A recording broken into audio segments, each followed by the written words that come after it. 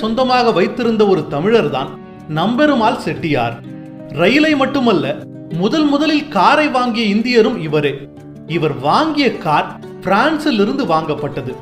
ஒரு மனிதன் ரயிலை சொந்தமாக வைத்திருக்க வேண்டுமானால் அவர் எவ்வளவு பணக்காரராக இருந்திருக்க வேண்டும் என்று நீங்கள் யூகிக்கலாம்.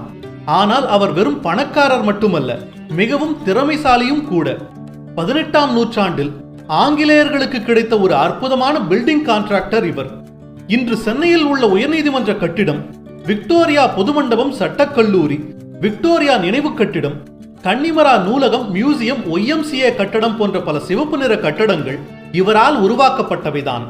இவர் ஒரு பில்டிங் கான்ட்ராக்டர் மட்டுமல்லாமல் பர்மா, ரங்கூனில் இருந்து தேக்கு மரங்களை இறக்குமதி செய்தும் அவற்றை இலங்கை, இங்கிலாந்து, ஜெர்மனி, தென்னாப்பிரிக்கா போன்ற நாடுகளுக்கு ஏற்றுமதி செய்தும் வந்தார். அதோடு திருச்சூர் டிம்பர் அண்ட் சாமில்ஸ் என்ற குழுமத்தின் நிர்வாக இயக்குநராகவும் இருந்தார்.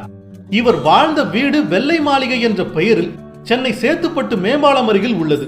3 அடுக்குகளும் 30 அறைகளையும் கொண்ட அந்த மாளிகை தற்போது அருங்காட்சியகமாக விளங்கி வருகிறது. அந்த ஒரு வீடோடு மட்டுமல்லாமல் அப்பகுதியில் 99 வீடுகள் நம்பெருமாளுக்கு சொந்தமாக இருந்துள்ளது. எழும்பூர் பாந்தியன் சாலையில் இருந்து ஹாரிங்டன் சாலை வரை உள்ள நிலப்பரப்பு அந்த காலத்தில் இவருக்கு சொந்தமாக இருந்துள்ளது. அதனால் அந்த பகுதி செட்டியார்பேட்டை என அழைக்கப்பட்டது. இந்த செட்டியார்பேட்டை என்ற பெயர்தான் காலப்போக்கில் தழுவி சேத்துப்பட்டு என்றாகிவிட்டது. இவர் வைத்திருந்த ரயில் வண்டியில் 4 பெட்டிகள் இருந்தன. இவர் தன் குடும்பத்தினரோடு திருவள்ளூர் வீரராக பெருமாள் கோவிலிற்கு சென்று வர அந்த ரயிலை பயன்படுத்தியுள்ளார்.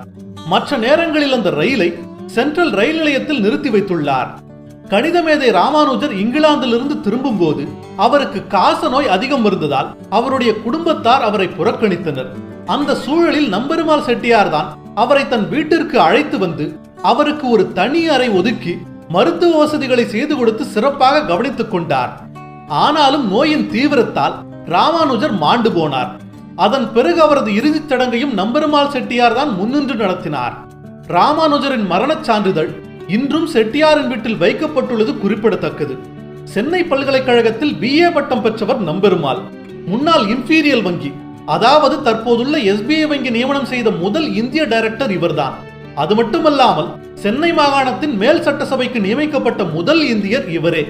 இவர்தான் ஈட்டிய பணத்தின் பெரும் பகுதியை வைணவ கோவில்களின் திருப்பணிக்கும் ஏழைகளின் கல்வி, மருத்துவம் போன்றவற்றிற்கும் கொடுத்து உதவினார்.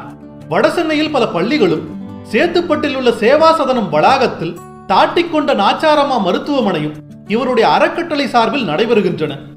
இவருடைய காலத்தில் ஆட்சி புரிந்த ஆங்கிலேய அரசு இவருக்கு ராவ் சாஹிப் பட்டம், ராவ் பகதூர் பட்டம் மற்றும் திவான் பகதூர் பட்டம் ஆகியவற்றை வழங்கி இவரை சிறப்பித்தது.